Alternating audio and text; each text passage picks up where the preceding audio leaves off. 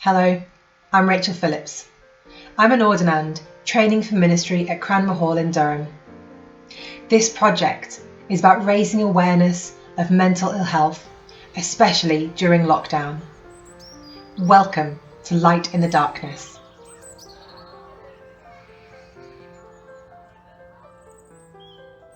This week, we're going to be hearing from a mental health chaplain and his experiences of working in lockdown with people with mental illnesses. We're also going to be exploring a prayer activity. So if you've never prayed before, or if you find prayer hard, or maybe your prayer life is just feeling a bit stagnant, then maybe this idea is for you. But first up, we've got Sarah McTimoney. She's going to be talking to us about faith, hope, and struggles in lockdown. I've been asked to share on video the impact of my faith on this really difficult 12 months that we've gone through, but also maybe more generally about times when we do struggle, times that are so challenging, times when we maybe feel alone, times when we feel that the world is just going so wrong around us. What difference does my Christian faith mean to me at times like this? It's a really difficult question because I think that the times we struggle are the times we maybe doubt more. The times we struggle are the times where we think, come on, God, what's going on? What on earth is going on in our world that's led us to this point? Not just for my life, not just for maybe my family's circumstances, but across the world, the amount of suffering that's going on. And so to say that we can always fall back on our faith to reassure us is maybe a little bit, or certainly in my case, it's not always true. Because it's in struggles where, certainly for me, the doubts can come. But I remember many years ago being told by a wonderful old lady in our church, and she'd been through the most tragically difficult of times as she suddenly lost her husband. She once said to me after his death that she felt she was falling. She felt she was falling into the blackest of holes. But she looked at me and she said, "But Sarah, do you know what? I knew I would never hit rock bottom, that the hand of God was going to catch me." And I've always remembered what she said. I've always remembered that in times of trouble, that it's okay to feel like we're falling. It's okay to feel like we're in a dark hole. But if we look deep inside ourselves and we look at our faith, we know that our God will not let us down. That somewhere far down in the depths of the hole, there will be a hand to catch us. And I find that incredibly reassuring, because I think my faith is built on the idea that there is always hope, because there is always love. And where there's hope and where there's love, then surely things will get better, even through struggles, even through the most difficult of times. Hope and love are what the life of Jesus is all about. And as we know, Jesus overcame the most horrific of circumstances, his death, suffering and death on the cross, and yet overcame it. Overcame every single bit of darkness that the world could throw at him. He overcame it through the might of the power of God to see that love and hope will always win through. There will always be light that will never, ever be put out by whatever darkness this world can throw at us. And that's what keeps my faith going, even in times of difficulty. So as we watch the news, as we see the difficulties around the world because of COVID, but also we look in our own lives, at our own struggles, at the struggles of our families and friends and neighbours. And those struggles go from money worries to job worries, security worries, to the tragedy of loss and bereavement when someone we love has moved on. Hope and love surely will always win out. And we might feel like we're falling into that black hole at the minute as a country, as a world. But maybe we might feel like that as individuals as well. But I think faith can make such a difference, because faith means there will always be a hand to catch us.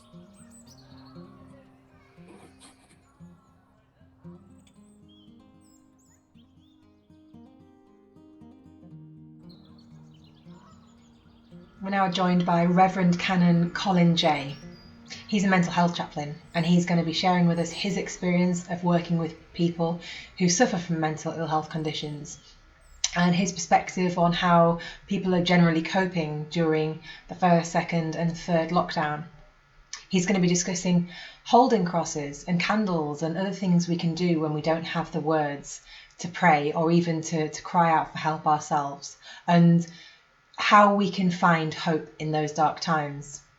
He'll also be telling us about mindfulness and exploring how that can help, even if we don't suffer from a mental ill health condition.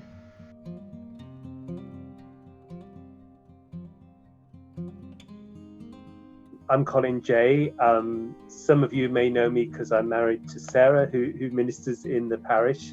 But I've been an Anglican priest for about 30 years now, and for the last 18 of those, I've worked as a chaplain in the mental health services. So these days I'm based mainly at West Park Hospital in Darlington, but do a lot of work with people in the community as well. And I also now, for my many sins, manage a team that goes from the top of County Durham right down to York and Selby. So it keeps me busy.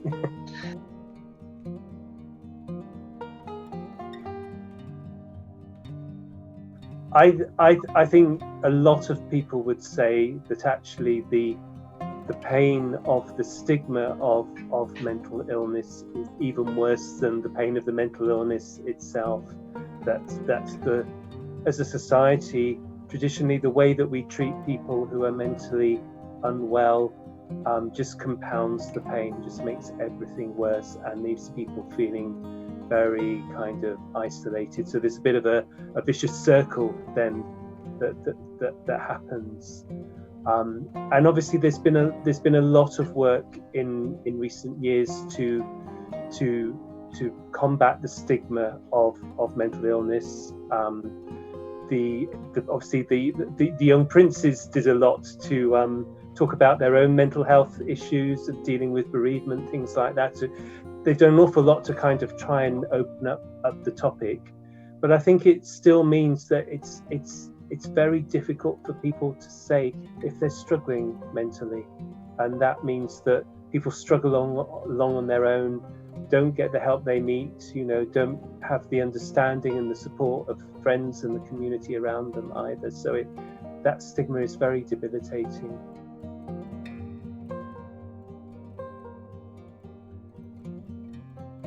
I think it's very well evidenced now that it particularly affects men. Men find it harder to talk about what's going on inside anyway. That's perhaps a bit of a gender stereotype, but I think it is still true. And particularly affects people who may be disadvantaged in society anyway. So perhaps those who kind of don't share in the wealth of society, or people who come from different cultures, ethnic groups, people from an LGBT background, people who are disadvantaged in society. It's all the harder for them to talk about mental health issues. It's another load for them to bear on top of the discrimination they already face.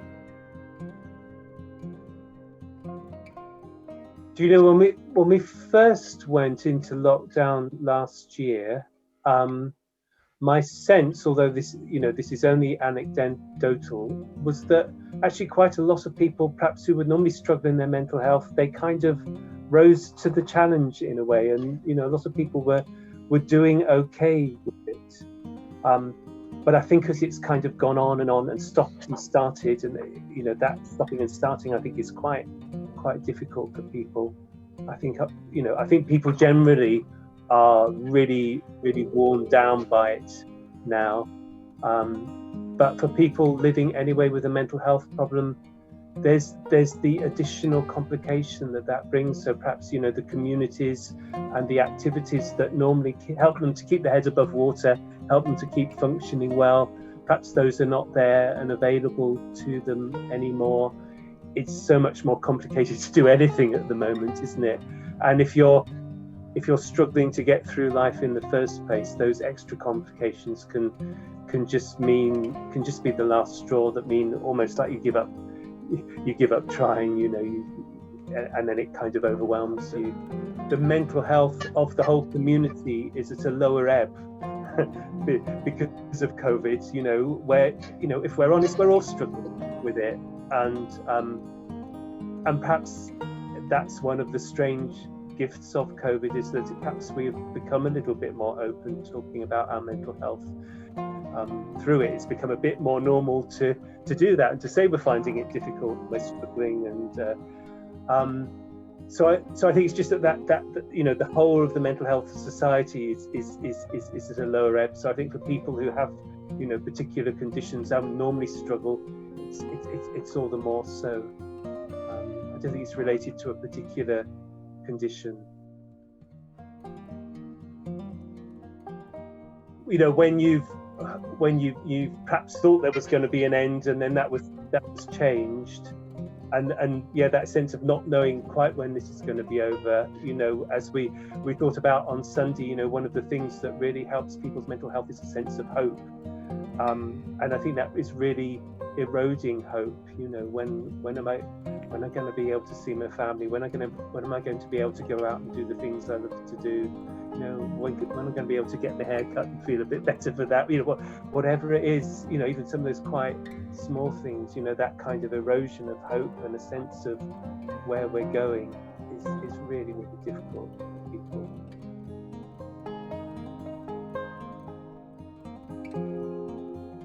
It's very hard, and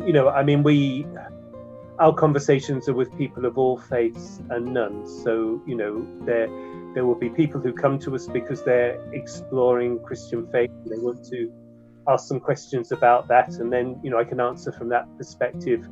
For other people it will be exploring different kinds of hopes and practices that might give their life some meaning. But particularly from the Christian context, and in my work that's very specifically as a Christian priest, I think it's really important kind of not to batter people with hope or leave people feeling guilty that they're struggling to hold on to hope. I think for some people I can think of now who are at such a low ebb, and that's gone on for so long, and they really struggle to see where the end is or what's the point of being here. Sometimes actually the collar's enough, because they know that I represent faith, I represent hope, so I almost don't have to say it sometimes. They're talking to me and they're voicing their doubts and despair to somebody they know who is that kind of representative of a particular strand of hope. And for others it might just be saying that I know you can't feel that at the moment, but is it okay for me just to hold that hope for you for the time being, and to continue to hope and pray on your behalf? Because I do believe things will get better for you, and I've seen how they can get better for other people in similar situations to yours.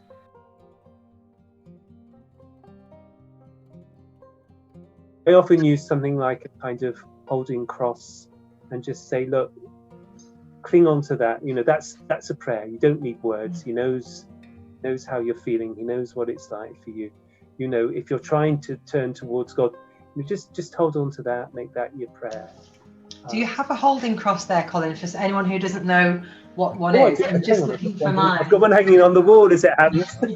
So this is a holding cross, sort of nicely carved out of wood. The ones I give out at work come from Bethlehem. They're made of olive wood from Bethlehem, which is quite a nice sort of resonance for people. Just a nice sort of soft, smooth shape. It's just lovely to hold. Just fits in your hand like that.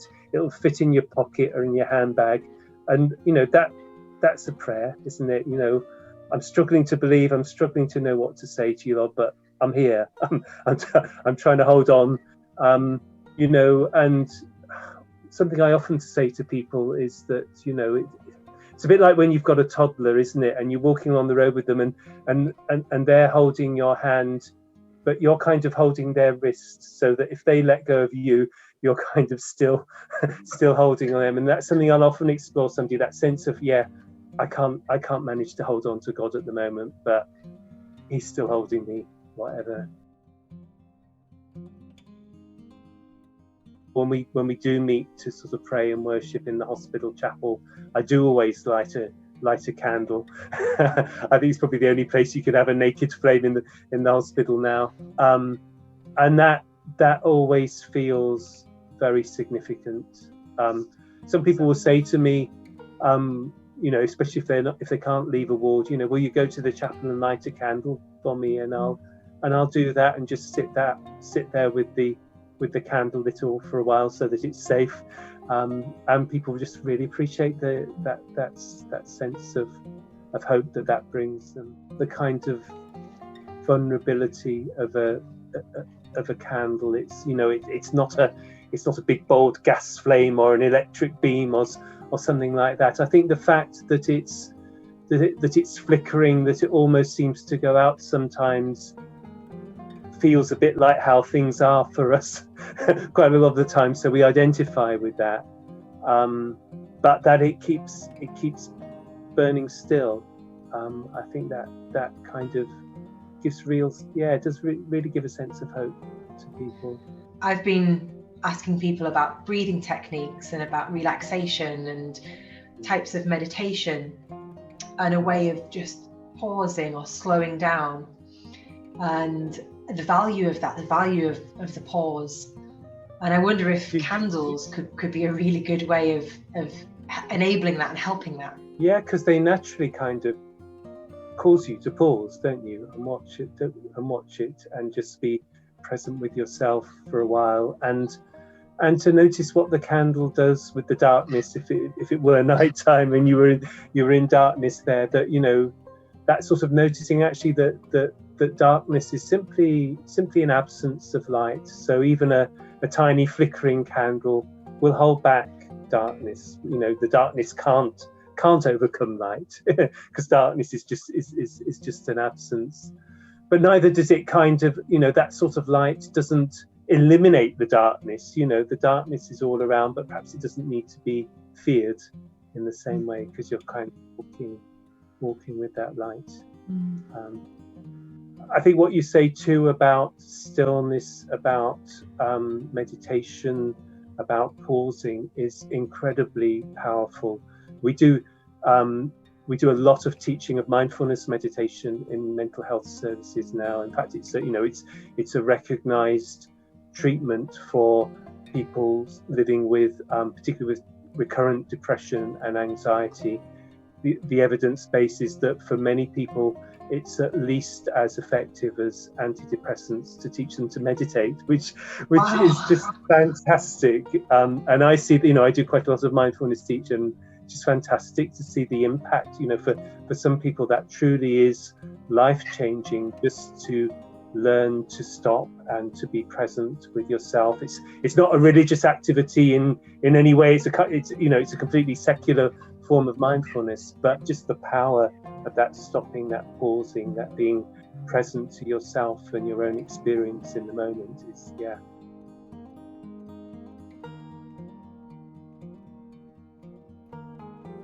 Probably, if this is something that you feel comfortable to talk to your GP about, the GP should be aware of, because my trust have a dedicated mindfulness team, so they offer mindfulness programs to people in the community. So if somebody is living with is known to be living with a mental health problem, then they could have access to that fairly easily. There are also some online resources around, but there's nothing quite like sort of learning this with a group of people and learning to practice together. If you're caring for a family member who has a mental illness, because they recognize the huge stress of caring for people as well, and that's a tool that can be really helpful to people in that situation. In the first lockdown, for many people, it was a chance to pause and to take life at a life different slowed pace. down, didn't it? It seems that if anything, life is busier right now, but we just don't well, for some people, I know not for everybody, but for some people it seems busier, more cluttered, and yet we haven't got the ways that we would normally be able to offload and go and relax and then have some downtime. Those were sort of much more confined to the four walls of our homes. Mm-hmm. So mindfulness, I imagine, is really important for people who are really, really stressed, but it can be so hard to find the time, can't it? Or to make the time for this. Have you got any advice for people in that? Yeah, because there are sort of two aspects to mindfulness. There's the aspect of kind of learning longer meditations and taking time out to do that. But there's that aspect of mindfulness that is just about noticing the bit of life you're living at the moment. So if you're sitting at a computer with your child, while you're doing that, just feeling your feet on the floor, perhaps taking your shoes off, just feeling the sensations of your feet on the floor and letting that bring you into some kind of awareness of this moment. Or if you're having a cup of tea, taking a moment really to notice your cup of tea, notice the smell and the taste and the experience of drinking, and just live that moment. Because that moment has a potential to nourish you, but we lose that nourishment because we drink our tea and suddenly the cup's empty and we haven't even noticed that we're drinking it. Yet that cup of tea perhaps would have offered us all sorts of possibility just to enjoy, to have that moment where we taste it and relish it. So it can be in those little things, whatever you're doing, just noticing what you're doing, noticing what the experience is of doing what you're doing.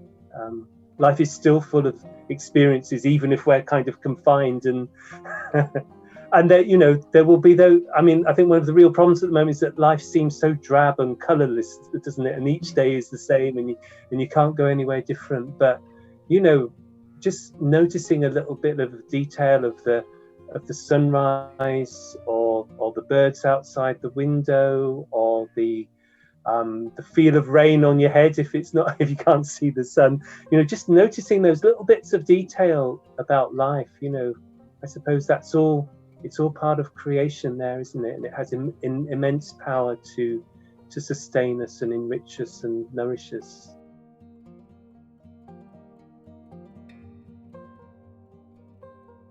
A lot of it is because it comes from a recognition really that we live so much in our heads, and that actually so many of our kind of thinking patterns, especially the more negative ones, are we do those completely on automatic pilot, so we don't even notice some of the kind of negative thinking that goes on. And very often if things aren't as we want them to be, we try and fix that in our heads, we try and sort it out and solve it, and very often where that leads us is somewhere worse. Right. Because we start asking, well, why is this? And if we can't start asking why is this, at some stage we're going to end up blaming ourselves. It's because you always do that, it's because you like that, it's because you're not that. So kind of mindfulness offers a different place to be, and it quite deliberately often that's within the body, because that's the bit of our experience that we often neglect completely, and it begins to offer you a different way of being alongside experience. So you don't have to fix it in your head, you can just notice what the experience is and let it be. It's kind of the power of noticing. It's that power of, there are all these thoughts going on in my head that are really blaming myself, being really critical of myself. And I can't switch them off. And the more I try to switch them off, it almost makes it worse. But I can notice that they're there. And then I can come back to noticing my feet on the floor. And that will still be there. But I kind of know the script. I've seen it before. I've heard it before. And I can, if I focus on my feet, I can just let that be there as a bit of noise in my head, and don't have to get pulled into all that kind of negativity. Now, I'm not saying that happens automatically, but that's the kind of process that perhaps begins to happen as you do the practice.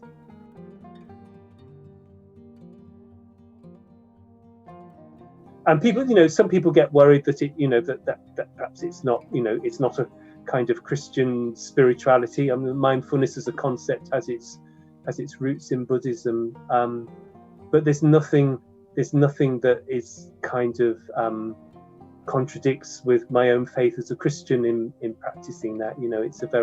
It's a very kind of gentle, respectful practice. It doesn't tell you what you have to believe about things. We can still all work that out for ourselves, but it's just a very practical and gentle way of caring for ourselves. And hopefully one of the things we learn through it is just to learn some kindness towards ourselves. That's one of the things that really underlies the whole practice.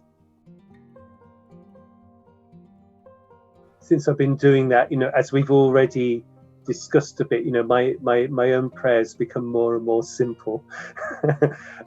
So things like, perhaps things like the whole tradition of the Jesus prayer, things like that, just having a simple thing to repeat, I think can be really helpful.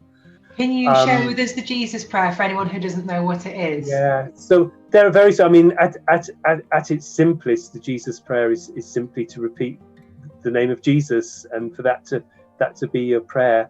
Or there's a longer version that says, Jesus, Son of the living God, have mercy on me, a sinner. Just this very simple, repetitive prayer like that. I suppose, some of the Teze stuff as well, that kind of very gentle, very repetitive, reflective sort of prayer. Just draws you in, it makes it so easy to pray in a way. It just kind of pulls you into it, doesn't it? Yeah. In terms of the scriptures, I think the Psalms are often really helpful. I mean, if you read the Psalms, you find every human emotion and condition there. You find anger, despair, doubt, as well as times of sort of joy and celebration. And I think sometimes for people to find their own feelings and their own situations reflected in scripture in that way can be really, really liberating. I think, one of the things I listen about most often is just guilt. People feeling guilty that they're doing it wrong, guilty that they have a mental health problem, guilty that they don't have enough faith or feel they don't have enough faith, feeling guilty perhaps for things they've done and said to the people that they love. And that sense in the Psalms that, this is simply part of being human. We have mental health. It sometimes comes under pressure, and sometimes we get to that point where it sort of tips over and we're really, really struggling. But that goes with being a human being. It's not because we're deficient. It's not because we're any less in the image of God. It's just how it is to be human sometimes. I think spiritually, people who live with mental ill health have so much to teach us in the wider church. People who have been to those really dark places and have managed to hold on to faith in a God who loves them still. I think they have a lot to teach us about not just going with trite answers to things. The real sort of depth of their own spirituality that's been really tried, really tested, and really brought to the brink for many people, but has carried them through still. I think we need to be listening to them. We need to be learning from them.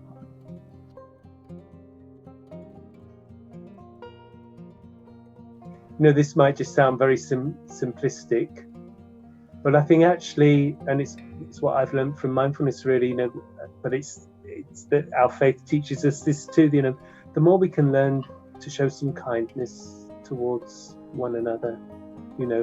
People may be different from us, they may have different beliefs, they may have lifestyles we struggle to understand, they may make choices that we think are very unwise, but none of those things are a reason not to show kindness to somebody, and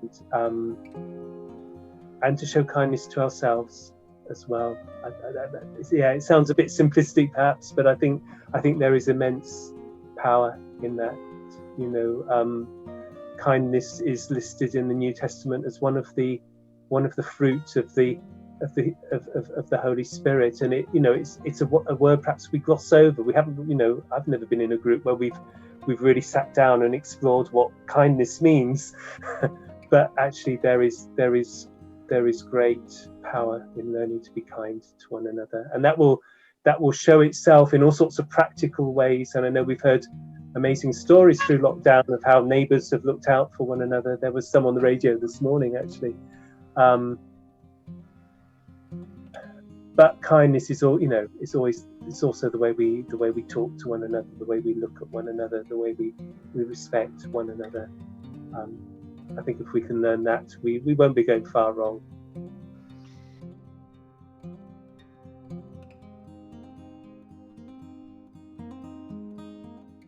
Colin's given us some really great ideas as to how we can pray, especially if we've never tried it before. I'd like to give you another idea. This is from a book written by Miranda Threlfall-Holmes. She used to be a priest in Durham Diocese, and she's written a book about a number of different prayer activities and experiments, some of which we're going to explore in these videos. Today's is about Thanksgiving. When we're little, we're forever being told by parents and teachers to say thank you because it's polite, it's what we should do. But when we say thank you to God, we don't do so because we're trying to be polite, and we don't say thank you to God because God needs to hear that we're thankful. We say thank you to God for two other important reasons. One is gratitude.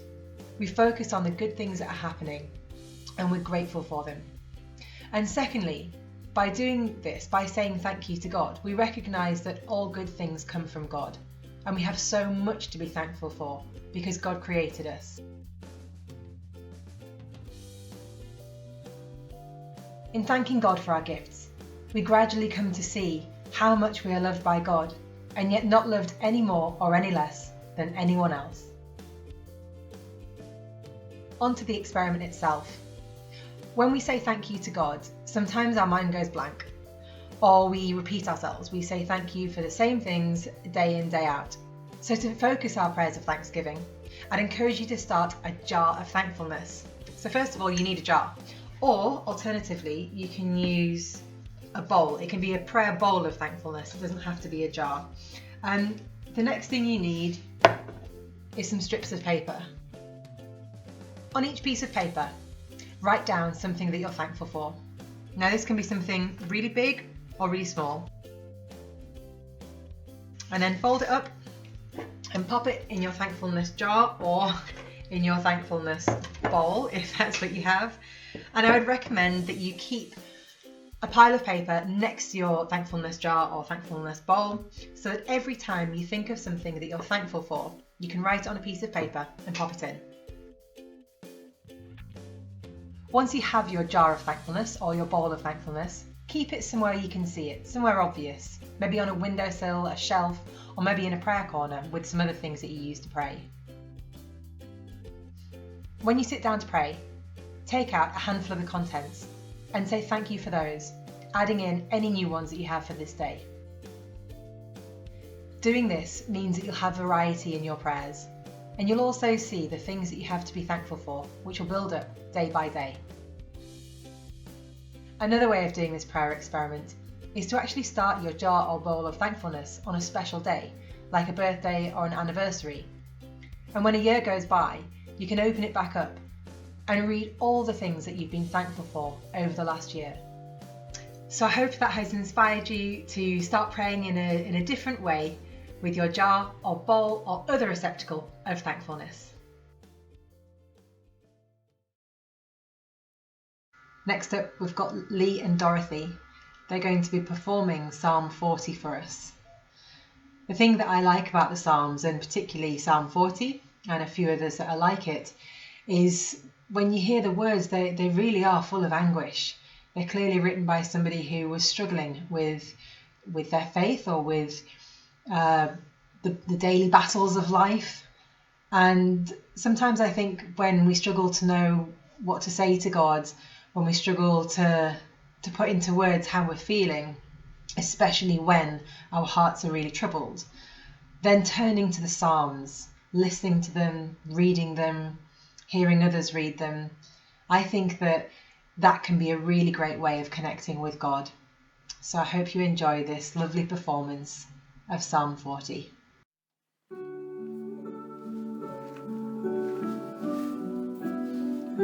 A psalm, a prayer for help. I am surrounded by many troubles, too many to count. My sins have caught up with me, and I can no longer see. They are more than the hairs of my head, and I have lost my courage. Save me, Lord. Help me now. May those who try to kill me be completely defeated and confused. May those who are happy because of my troubles be turned back and disgraced. May those who jeer at me be dismayed by their defeat. May all who come to you be glad and joyful. May all who are thankful for your salvation always say, "How great is the Lord!" I am weak and poor, O Lord, but you have not forgotten me. You are my Saviour and my God. Hurry to my aid.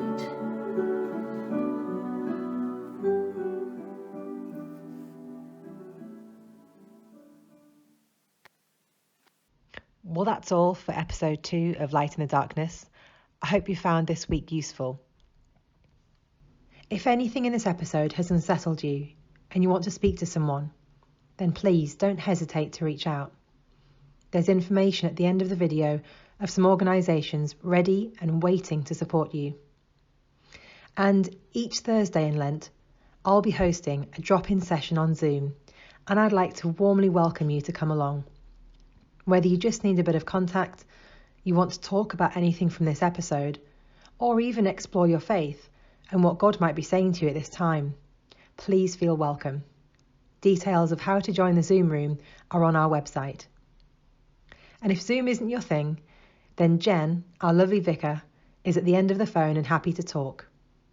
We also have a dedicated pastoral care team of wonderful volunteers. More details can be found on our website. We'll finish up with the Lord's Prayer from one of our youngest parishioners. Our Father,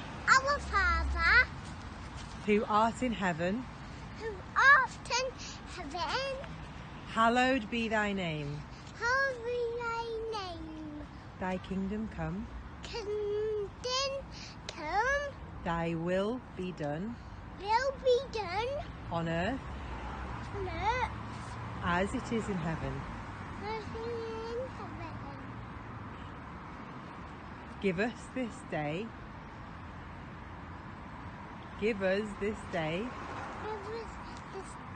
our daily bread, and forgive us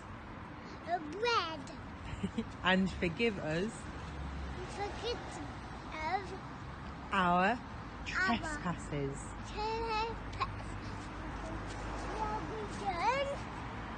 and forgive those who trespass against us.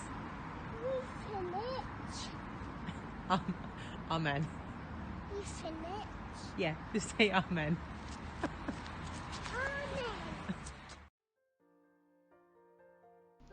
May the Lord bless you and keep you. May the Lord make his face to shine upon you and be gracious to you.